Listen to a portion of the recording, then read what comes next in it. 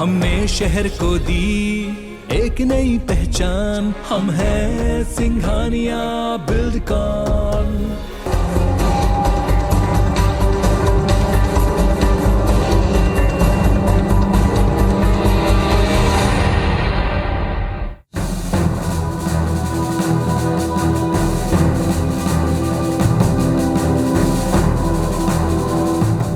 चंबल के बीहड़ों में अब बागियों की बंदूकें नहीं गरजती।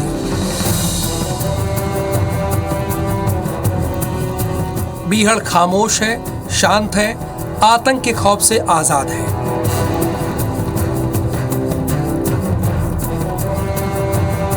चंबल घाटी का नाम आते ही हमारे जहन में सबसे पहले बागियों की सूरत कल्पना की तरह सामने आ जाती है।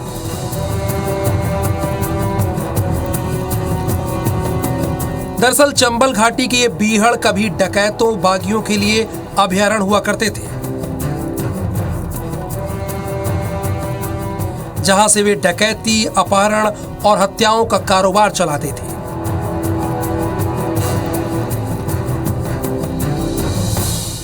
ये कहना भी गलत ना होगा कि चंबल नदी का क्षेत्र हमेशा से ही डकैतों की पनाहगाह रहा। लेकिन अब डकैतों के कदमों के निशान बीहड़ों में नहीं दिखते।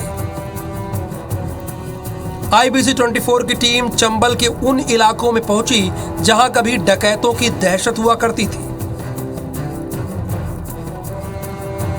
और उन आत्मसमर्पण कर चुके दासियों से बात की जिनका नाम सुनते ही आज भी लोग थर्रा जाते हैं।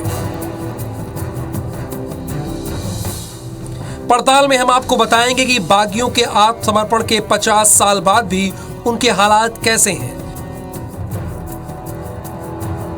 सरकार ने जो वादे करके उनका आत्मसमर्पण कराया था वो कहां तक पूरे हुए? क्या आज भी उनको वो सब सुविधाएं मिली जिनके लिए वो बीहड़ की जिंदगी छोड़ कर आए थे? नमस्कार, चंबलों के बीहड़ से मैं सुधीर दंडोतिया आप सभी का स्वागत करता हूं हमारी खास पेशकश पड़ताल में। मध्य प्रदेश की इस धरती पर डाकुओं ने आज से 50 साल पहले आत्मसमर्पण करने की शुरुआत की थी।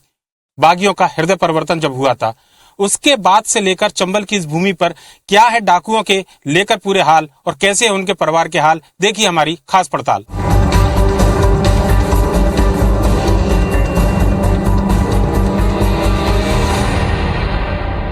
तो हम पहुंच चुके हैं चंबलों के बीहड़ों में और आगे जो गांव है वो कई डकैतों की सरहस्थली रह चुके हैं, जैसे गुर्जा है। इसके अलावा अगर बात करें तो गलथा है, भैंसरौली है। ये ऐसे गांव थे जहां पर कई सारे डकैत यहाँ पर या तो उनका आतंक का पर्याय रहा करता था या फिर डकैत खुद यहाँ के निवासी हुआ करते थे। मेरे साथ मेरे सहयोगी है मुरैना के सत्येंद्र सिंह तोमर। सत्येंद्र, अगर बात करें इस समय क्या माहौल चंबल के बीहड़ों का, अगर बात करें कोई बड़ा गैंग, रजिस्टर्ड गैंग क्या समय मौजूद है? इस समय अगर बात की जाए चंबल के बीहड़ों की तो इस समय 2 डकैत जो हैं वो सक्रिय दिख रहे हैं। केशव गुर्जर है जो राजस्थान में 1 लाख रुपए का इनामी है, और दूसरा मुरैना में है गुड्डा गुर्जर जो पहाड़गढ़ इलाके से भंवरपुरा, ग्वालियर और सोपुर तक के इलाकों में दहशत बनाए हुए। अगर केशव गुर्जर की बात की जाए तो चंबल से अपने धौलपुर से लेकर और करौली तक उसका आतंक फैला हुआ। 1 लाख रुपए का नाम है। कई बार पुलिस से भी मुठभेड़ हो चुकी है और ग्रामीणों में भी दहशत फैलाई है। टेरर टैक्स है और तमाम सारे। अगर वैसे कोई बड़ा नाम देखा जाए अपहरण और इस तरीके का कोई बड़ा नाम तो है नहीं, सिर्फ ये जो छोटे छोटे जो डकैत हैं गुड्डा गुर्जर और केशव गुर्जर, ये जरूर है चंबल में। चाहे ये अपना धौलपुर से लेके करौली तक जो जितने भी गांव आते हैं, देवगढ़ थाना है, सरायचोला है, आपका चिन्नौनी और सबलगढ़ का जो क्षेत्र है, काली तीर वगैरह, जहाँ पे इनकी शरण स्थली बनी हुई है। क्योंकि चंबल के बीहड़ों में साफ तौर से देखा जाए तो इनको जो इनके सजातीय लोग हैं वो भी कहीं ना कहीं संरक्षण देते हैं और पुलिस से भी बचने के लिए इन्हें काफी सारी सहूलियत मिलती है। तो जो जाहिर सी बात है कि जो जाति के लोग हैं वो संरक्षण देती है। सदियों से परंपरा चली आई है कि अपनी जाति का अगर कोई डकैत बड़ा है तो उसको संरक्षण देना, उसको आगे बढ़ाना, जिससे कि उस कास्ट का खौफ जो है, टेरर जो है बरकरार रहे। सत्येंद्र, इस समय क्या कोई मूवमेंट इस तरफ है या फिर अभी राजस्थान की तरफ मूवमेंट है? अभी कुछ दिन पहले ही केशव गुर्जर और राजस्थान पुलिस से मुठभेड़ हुई थी, जिसमें केशव गुर्जर चूंकि राजस्थान से पलायन कर अपने चंबल के ही बीहड़ों में आ गया है। हालांकि मुरैना पुलिस से बात की जाए तो वो साफ तौर से कह रही है कि नहीं, अभी उसका मूवमेंट राजस्थान और करौली की तरफ है। लेकिन गुड्डा की बात की जाए तो गुड्डा गुर्जर ग्वालियर और अपना जो पहाड़गढ़ क्षेत्र, पहाड़गढ़ है, निरार और और जो सुमावली थाना है, इन क्षेत्रों में उसका मूवमेंट रहता है और इन्हीं क्षेत्रों में छोटी मोटी वारदातें करता रहता है, चाहे वो ग्रामीणों से टेरर टैक्स वसूल करना या पनियाई लेना, इस तरीके की छोटी बकरी चोरी या भैंस चोरी, इस तरीके की घटनाओं को अंजाम देता रहता है। और ये है, इसके चूंकि पुलिस से भी मुठभेड़ होती है और गांव वालों में बड़ी दहशत और बड़ा टेरर टैक्स मांगने की बात करता है। तो 2 छोटे गैंग है अभी चंबल के अंदर सक्रिय, हालांकि वो अभी चंबल के मध्य प्रदेश की सीमा में नहीं है, वो राजस्थान की सीमा में, जैसा सत्येंद्र बता रहे हैं। दूसरा गैंग जो ग्वालियर के पास में है, पर लेकिन हम बात आज पूर्वदस्युओं और उनके परिवार की कर रहे हैं, लिहाजा हम इस बीहड़ से थोड़ा दूर जौरा चलेंगे। वहां पर दस्युओं को लेकर एक बड़ा सम्मेलन हो रहा है और देखेंगे वहां पर पूर्वदस्युओं के क्या हाल।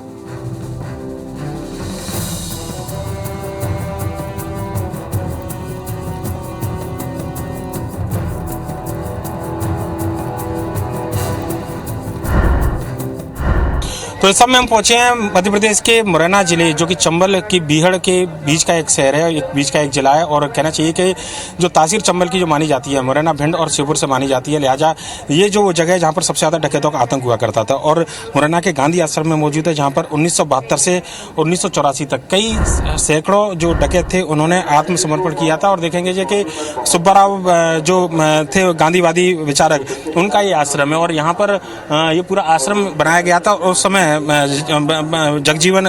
बाबू जगजीवन राव के आह्वान पर, उसके बाद डी सुब्बाराव के आह्वान पर, अर्जुन सिंह तत्कालीन मुख्यमंत्री हुआ करते थे, इंदिरा गांधी प्रधानमंत्री हुआ करती थी, उनके आह्वान पर कई सारे सैकड़ों डकैतों ने, लगभग 570 डकैतों ने एक साथ यहाँ पर सरेंडर किया था और लगभग 50 साल इस पूरी घटना को हो चुके हैं। और बात करेंगे उन परिवारों से, जानेंगे पड़ताल में कि उन परिवारों की स्थिति क्या है, चंबल में बीहड़ के अंदर डकैतों की स्थिति क्या है और सरेंडर करने के बाद में क्या शांति का जीवन की जो राह उनके परिवारों ने चुनी थी, क्या वाकई में अब तक शांति से उनका परिवार जीवन यापन कर रहा है। चंबल के बीहड़ में दस्युओं के आत्मसमर्पण यानी कि हृदय प्रबंधन के 50 साल पूरे हो चुके हैं और कितना परिवर्तन चंबल के अंदर आया। हमारे साथ केंद्रीय मंत्री नरेंद्र सिंह तोमर मौजूद है। सर, 50 साल जो हृदय परिवर्तन की बात की जा रही है बागियों के, और लगता है कि सब जो परिस्थितियां थी उस समय और जो बातें थी, कितना चेंज देखते हैं जब से अब तक? चंबल में एक जमाना था जब बागियों का आतंक था, डर था, भय था, और जब 72 में समर्पण हुआ उसके बाद सभी प्रमुख बागी आत्मसमर्पण कर गए और आज उनमें से अधिक लोग नहीं हैं, लेकिन जितने लोग भी हैं उनके जीवन में पूरी तरह बदलाव आ गया है। वो अहिंसा और शांति के रास्ते पर चल रहे हैं, समाज में उनका सम्मान है। और एकता परिषद सुब्बाराव जी जब थे तब से ये परंपरा चली आ रही है कि आज के दिन को वो समर्पण दिवस के रूप में मनाते हैं। आज भी ये कार्यक्रम था, इस कार्यक्रम में लगभग 23 राज्यों के लोग भाग ले रहे हैं। बहुत अच्छा और प्रेरणादायी कार्यक्रम है। सर, परिवर्तन की अगर बात करें तो उस समय से लेकर अभी तक कितने चेंजेस देखते हैं? जो परिस्थितियां थी जिसकी वजह से लोग बागी बना करते थे, डकैत बना करते थे, और अब के हालात, वो परिवर्तन का अगर देखें तो आप कैसे देखते हैं? नहीं, मैं समझता हूँ आप कोई इस रास्ते को अख्तियार नहीं करता। सर, जो समस्याएं थी बागियों की, जिस समय समर्पण किया, कई सारी मांगे, कई सारी बातें जो फोरम पे उठाई हैं, उन्होंने मुझे कहा है कि जो उस समय बात हुई होगी उसमें से कुछ पूरा नहीं हुआ है, तो मुझे बताएंगे तो हम लोग उस पर कार्रवाई करेंगे। बहुत बहुत धन्यवाद। तो केंद्रीय मंत्री नरेंद्र सिंह तोमर निश्चित तौर पर जो बागियों के समर्पण को लेकर जो बात की, 50 साल पूरा होने के बाद में परिस्थितियां बदली हैं और निश्चित तौर पर उनका कहना है कि अब पहले जैसी परिस्थितियां नहीं है जिसकी वजह से लोगों को फिर से हथियार उठाना पड़ेगा।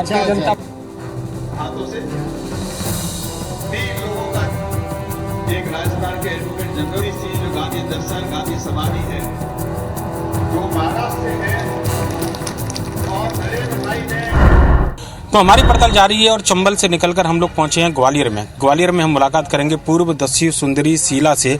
90 के दशक में आतंक का पर्याय माने जाने वाली शीला का चंबल के मध्य प्रदेश, राजस्थान और उत्तर प्रदेश की सीमा में काफी ज्यादा खौफ था। शीला 1996 में आत्मसमर्पण कर चुकी है और जानेंगे कि आत्मसमर्पण करने के बाद में शीला की जिंदगी में कितना बदलाव आया, कैसे है शीला के हाल। मुरैना जिले के जौरा में गांधी आश्रम में इस समय मौजूद हूँ और इस समय यहाँ पर कई ऐसे उस समय के दस्यु और बागी मौजूद है जो 1972 और कहना चाहिए कि 1984 में जिन्होंने आत्मसमर्पण किया था सरकार की नीतियों से प्रभावित होकर सरकार के आह्वान पर। और देखेंगे कि आप देखेंगे रमेश सिकरवार इस समय मौजूद है। एक बड़ा नाम हुआ करता था चंबल के भीड़ों में 80 के दशक में, 70 के दशक में, और तकरीबन 3 लाख से ज़्यादा का इनाम उस समय इनकी गैंग पर था। रमेश जी, तकरीबन आज 50 साल पूरे हो रहे हैं जो बागियों के समर्पण की जो कहानी थी उसके बाद में। अगर पारिवारिक स्थिति की बात करें, जिन परिस्थितियों के चलते आप बागी बने थे, परिवार के अंदर स्थितियों की बात करें, बच्चों की बात करें, जो शांति का मार्ग आपने चुना था, लगा कि उस पर आप बेहतर तरीके से काम कर पा रहे हैं और सरकार ने जो वादा किया वो वादे पूरे हुए? वादे कोई पूरे नहीं हुए।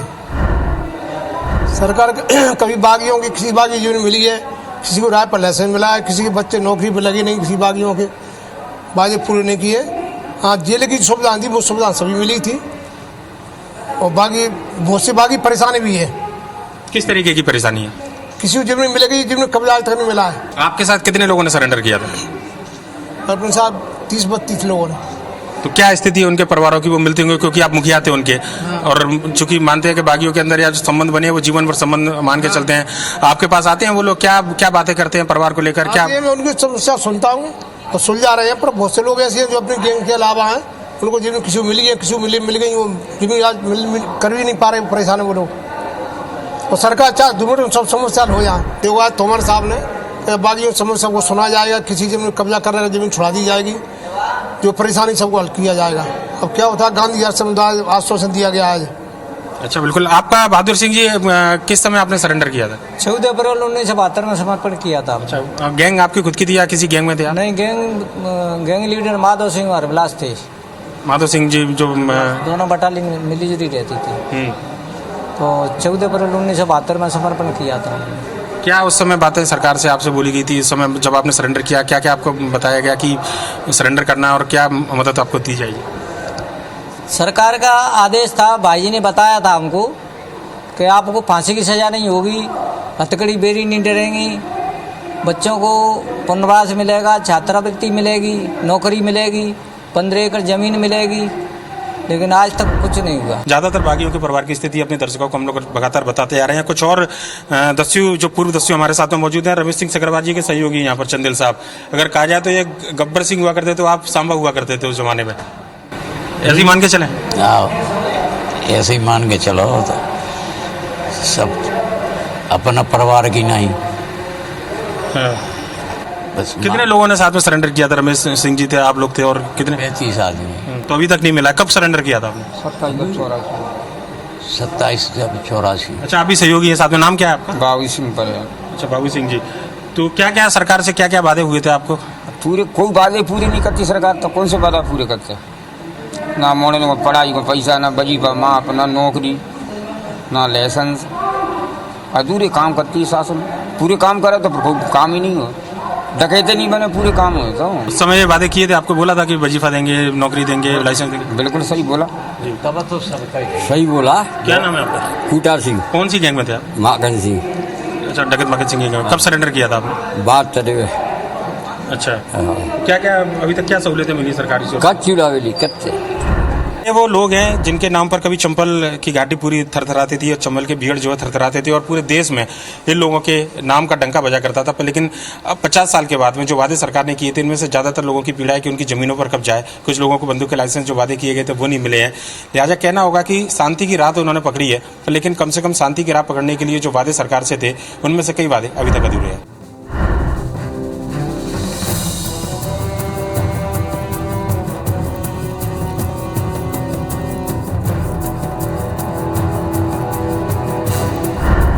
तो चंबल पर डाकुओं के समर्पण के 50 साल पूरे हो चुके हैं, और आज से 50 साल पहले ठीक 1972 में हृदय परिवर्तन हुआ था, और उस समय से लेकर उसके बाद तक कई डाकुओं ने समर्पण किया। पर लेकिन उसके बाद से चंबल की क्या कुछ हालात है, क्या तस्वीर है, अपनी पड़ताल में हम जानने की कोशिश कर रहे हैं। और चलते हैं अब ऐसे परिवारों की ओर, या फिर चंबल की स्थितियों को जानने की कोशिश करेंगे। हमारे साथ में मोहर सिंह, जो पूर्व जो दस्यु हुआ करते थे और चंबल में एक बड़ा नाम हुआ करता था, एक समय पर आतंक का पर्याय किया, यहाँ एक बड़े नामी डकैत हुआ करते थे, उनके बेटे हैं सत्यवान जी।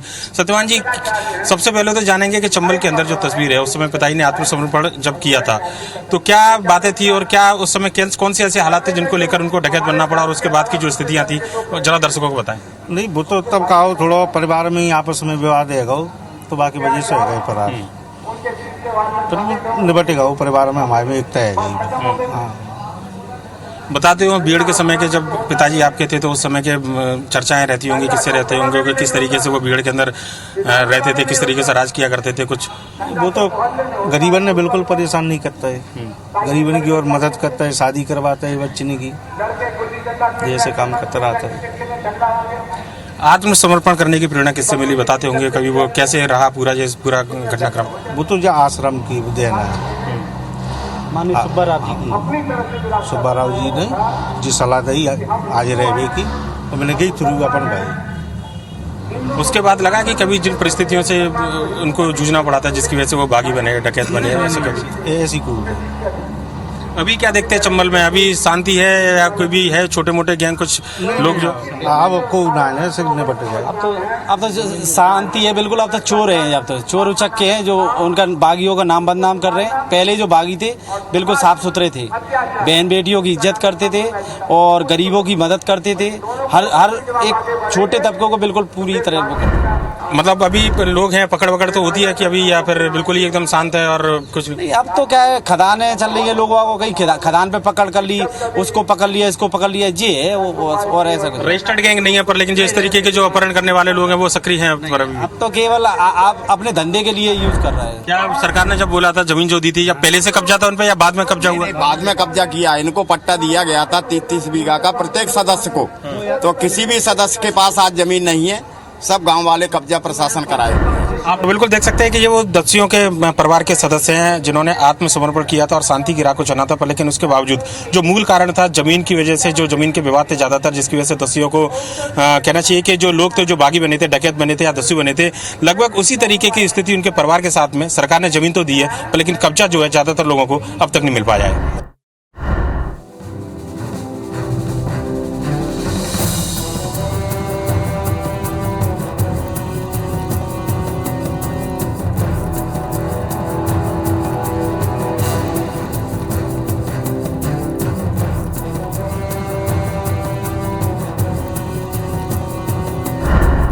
आज से 50 साल पहले 1972 में चंबल के अंदर दस्युओं के आत्मसमर्पण की कहानी की शुरुआत हुई थी और उसके बाद से कई डाकुओं ने, कई दस्युओं ने, कई बागियों ने आत्मसमर्पण किया था और 50 साल के बाद में एक सम्मेलन जौरा के गांधी आश्रम में बुलाया गया है जिसमें पूर्व दस्यु, उनके परिवार और उनके जो रिश्तेदार हैं उनको शामिल किया गया है। हमारे साथ गांधीवादी राजगोपाल पीवी जी मौजूद है। सर, ये सम्मेलन जो है पूरा बुलाया है, परिवार हमने देखा जो बागी थे पुराने, जो दस्यु थे, डकैत कहना शायद अन्याय होगा उन परिवारों के साथ में क्योंकि सिस्टम के खिलाफ जाकर बागी बने थे।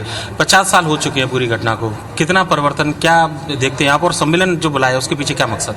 तो एक 2-3 कारणों से सम्मेलन बुलाया। एक तो 50 वर्ष बाद हम पूरे परिवार को इकट्ठा करना चाहते थे स्वर्ण जयंती बनाने के लिए। इसका मतलब हम दुनिया को ये कहना चाहते 50 वर्ष इतने बड़ी एक घटना इस धरती पर हुई है, तो उसका एक महत्व है, उसको दिखाना चाहते हैं। लेकिन इसी समय हम अपने दस्यु परिवार के लोगों के समस्या भी जानना चाहते हैं कि उनकी समस्या क्या है, क्योंकि जब हमारी एग्रीमेंट हुई गवर्नमेंट ऑफ इंडिया के साथ, एक तरफ शांति मिशन था, एक तरफ गवर्नमेंट ऑफ इंडिया, तो एग्रीमेंट का एक भाग है कि हम इनको सबको ज़मीन देंगे और बसाएंगे, उनके बच्चों को होनहार बनाएंगे ताकि वो लोग अपने पैर में खड़े हो जाएं। तो 50 वर्ष बाद ये देखना जरूरी है कि परिवारों की हालत क्या है। तो लग रहा है कि चंबल जो है वो बागियों की तासीर के लिए जाना जाता है। अभी भी कई सारे गिरोह में पकड़ जैसी घटनाएं होती हैं, भले ही रजिस्टर्ड गैंग बना हो चंबल के अंदर पर, लेकिन अपराध के मामले में अभी भी विश्व के मानचित्र पर शायद जो कलंक है, कहना चाहिए कि जो बदनामी का दाग है वो अभी तक नहीं धुला है। जो आप प्रकाश की बात कर रहे थे, जो सरकार की ओर से प्रकाश की बात कर रहे थे कि जाना चाहिए, लगता है कि 50 साल में सरकारों ने वो किया है? सरकारों ने नहीं की, क्योंकि एक तो हिंसा को प्रचार करने वाले लोग उसमें बहुत लगे रहते हैं, वो उस पर रिसर्च करते हैं, वो उसमें इन्वेस्टमेंट करते हैं, वो उसमें इनोवेशन करते हैं, बहुत सारा पैसा उसमें खर्च करते हैं ताकि हिंसा का जो प्रचार प्रसार अच्छा हो जाए। अहिंसा के साथ दिक्कत ये है कि अहिंसा को लोग अभी भी एक प्रकार कमजोरी का मामला ऐसा समझते हैं। सर, जो बात, जिस मकसद के लिए पूरा सम्मेलन अब बुलाया गया, जो बात ये कहें कि जो पूर्व दस्यु थे जिसकी वजह से उन्होंने अब शांति का मार्ग चुना और आगे का रास्ता शांति से गुजारे, उनके परिवारों की स्थिति कैसे देखते हैं? 50 साल हो चुके हैं इस पूरे घटना को। तो मुझे लगता है कि बहुत सारे लोग की स्थिति अच्छी है, ज़मीन मिली, खेती कर रहे हैं, कुछ लोग संत बन गए हैं, तो बहुत सारे लोगों की स्थिति अच्छी है, लेकिन बहुत सारे लोगों की स्थिति अभी भी अच्छी नहीं है। जैसे बहादुर की ज़मीन अभी भी उनके हाथ में नहीं आया है, क्योंकि उस पर कोई दबंग आदमी कब्जा किया हुआ है और ये कहता है कि हमको आपने शांति का पाठ बैठाया, इसलिए हम अशांति करना नहीं चाहते। तो मुझे लगता है कि एग्रीमेंट में जो लिखा गया था उस समय चंबल शांति मिशन और सरकार के बीच में, उसको सही ढंग से समझना चाहिए। बिल्कुल विश्वास, और हमें विश्वास है कि जो 50 साल पहले जो शांति का मार्ग चंबल में जो बागियों ने चुना था, वो शांति का मार्ग उनके परिवार के लोग भी चुनेंगे। पर लेकिन कई सारी समस्याएं हैं, कई सारी विसंगतियां हैं जमीन को लेकर। जो बात राजगोपाल पीवी जी बता रहे थे कि रहने वाले किसी और की जगह है, सरकार ने जमीन का आवंटन कहीं और किया और उसमें भी कब्जा है, इस तरीके की समस्या ज़्यादातर परिवार के लोग, 10 परिवार के लोग अभी भी भुगत रहे हैं। हाथों से 3 लोगों का, एक राजस्थान के एडवोकेट जनरल सिंह जो गांधी दर्शन गांधी समाधि है, जो महाराष्ट्र से है, और नरेंद्र भाई ने। तो आपने सुनी समर्पण कर चुके बागियों की कहानी, उन्हीं की जुबानी। हमारी खास पेशकश पड़ताल में इतना ही। मुझे दीजिए इजाजत, नमस्कार। आप देखते रहिए IBC 24।